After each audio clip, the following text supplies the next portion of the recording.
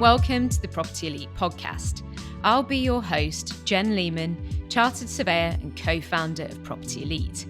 Stay tuned each week for more on industry hot topics, market updates and new RICS guidance. This is part 2 of a 2-part podcast exploring the RICS Black Book, and it's essential listening for all RICS, APC and RICS candidates on all pathways. Part 1 looked at the RICS Black Book and why it's important, and also looked at the Change Control and Management Guidance Note. This week's blog, Part 2, will explore what the Subcontracting RICS Guidance Note is, what some of the pros and cons of subcontracting are, what a subcontract itself is, and then looking at how all of this information from parts 1 and parts 2 of the blog link back to the APC. As a quick recap, in last week's blog, we explained that the Black Book is a suite of guidance notes that define good technical standards for quantity surveying and construction professionals. Many of these are also relevant on other pathways, especially project management and building surveying. Examples of Black Book guidance notes include change control and management, which we talked a little bit about last week, acceleration, retention, e-tendering, and then also subcontracting, which we will talk a little bit about now. So what is the Subcontracting Guidance Note? So this guidance note was published in April 2021 and became effective from the 1st of July 2021. It covers most issues that can arise as a result of subcontracting on major projects, and it's a very comprehensive guidance note. An important thing to bear in mind to start with is that almost all construction work involves subcontracting to some extent. In the context of a construction contract, a subcontractor is a person who agrees to perform some or all of the obligations that the main contractor is obliged to perform under a separate main contract with the employer. Subcontract works may include one or more of, say, supplying materials, carrying out work, and design work. So it could include all 3 of those elements, it might include only one. In other cases, for example, the subcontract works will only consist of carrying out work itself. In some, they may be designing a particular element, let's say the structural elements for a residential development, supplying all of the materials for that, and then actually carrying out the installation itself. The guidance note covers a whole range of topics, and that includes the history of subcontracting, some of the pros and cons, and we'll talk about some of those in a moment, details of the 7 categories in the construction industry that are usually considered subcontractors, and that includes things like named, domestic, design subconsultants, and also nominated, which is a term in a category that's very rarely used now. Information about how subcontractors may be procured is also included in the guidance note, and it talks a little bit about possible tender procedures and the types of subcontract that they may work under. Let's run through what some of the pros and cons of subcontracting are. There's a whole range given in the guidance note, but I'll just talk about 4 here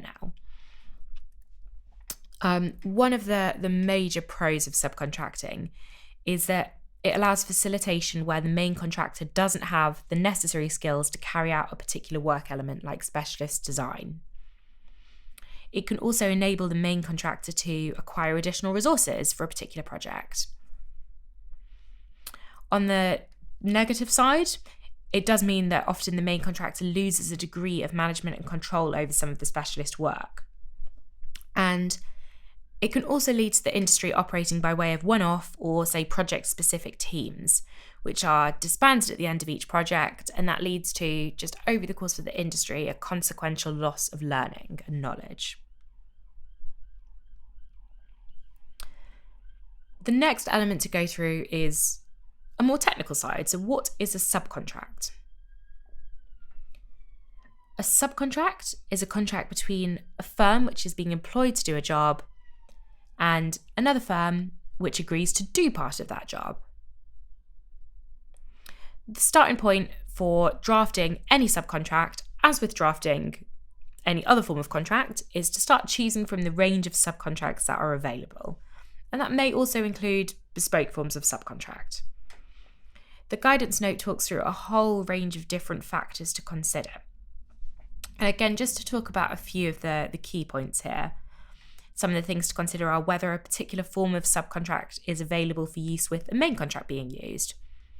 For example, if the main contract is a JCT Design and Build Contract 2016, the associated JCT Design and Build Subcontract 2016 is then available for use with that main contract, and some of the terms may be back to back. It's also important to consider whether a simple form of subcontract is appropriate. You need to consider what's needed in terms of collateral warranties. And in the context of a subcontract, a collateral warranty is a contract between the subcontractor and a third-party beneficiary, under which the subcontractor warrants to that beneficiary that it's complied with the subcontract. It's also, as a fourth and final point, important to consider how to deal with failure by the subcontractor to perform in accordance with the subcontract. There's a lot of nuances to this, and this is something that the guidance note digs into in quite a lot of detail. But something to bear in mind is that most subcontracts contain a clause that enables the main contractor to omit work from the subcontractor, which would enable them to make alternative arrangements. If a subcontractor becomes insolvent, the consequences for the main contractor can be very serious. And so this is, again, something important to bear in mind from that initial stage of selecting subcontractors for your works packages. It could cause delays, it could cause increased costs in completing the main contract work, financial losses, and damage to reputation. There are a couple of really comprehensive appendices to the guidance note which detail this.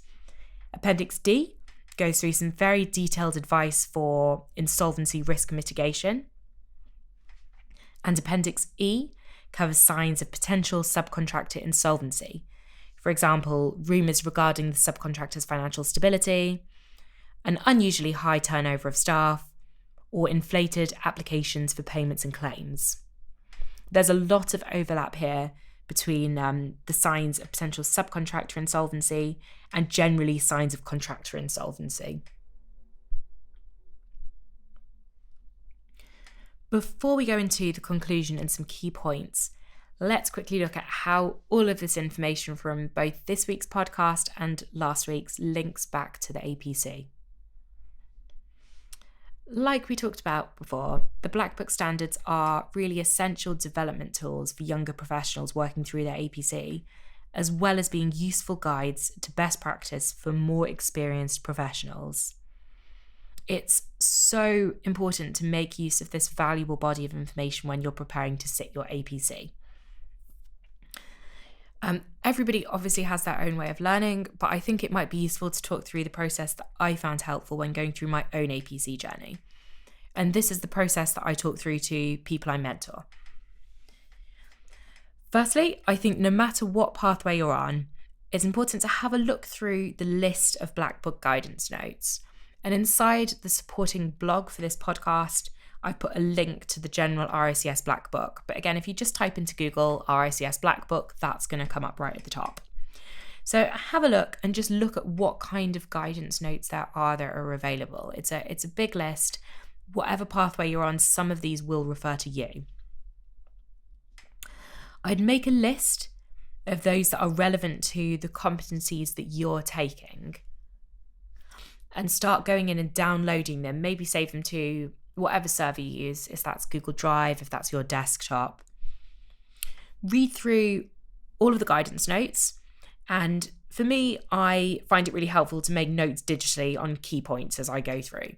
And so by the time I've finished reading the guidance notes, I'm going to have several pages typed up. I personally use Google Docs of information, often quite messy as I'm typing. I'll then go through those and tidy up the notes to form a bit of a cheat sheet. And And actually, if you have a look through the written blogs that I've put together for this week and last week for notes, say, on the subcontractor guidance and change management, that might be the kind of form that your cheat sheet takes. Having a look at the various different elements contained in the guidance notes and pulling out some of those key points into summaries. It's very, very similar to the process I went through when I was revising. Something that I found helpful once I had that cheat sheet put together for each guidance note was to make myself a set of about 10 to 15 question and answer flashcards based on those notes. And there's some amazing apps out there for doing it, or you might enjoy doing physical flashcards as well. And then use those notes, use your flashcards really regularly to help you actually retain that information. Finally, let's go through a very quick conclusion and a summary of some of the key points that we've talked about today. Firstly, the Black Book is a suite of guidance notes that define good technical standards, and they're invaluable as a source of knowledge for your APC revision. The subcontracting guidance note is important because almost all construction work involves subcontracting. There's many different pros and cons, which should be carefully considered and also detailed within your project risk register. And also, give consideration to the most appropriate form of subcontract for the project that you're using. Thanks for listening to the Property Elite podcast this week. Head to our website to check out our full blog, free and paid support resources and services, free consultation for every single RICS APC and ASOC RICS candidate, and also ask us any questions you have via the website chat blog. See you next week.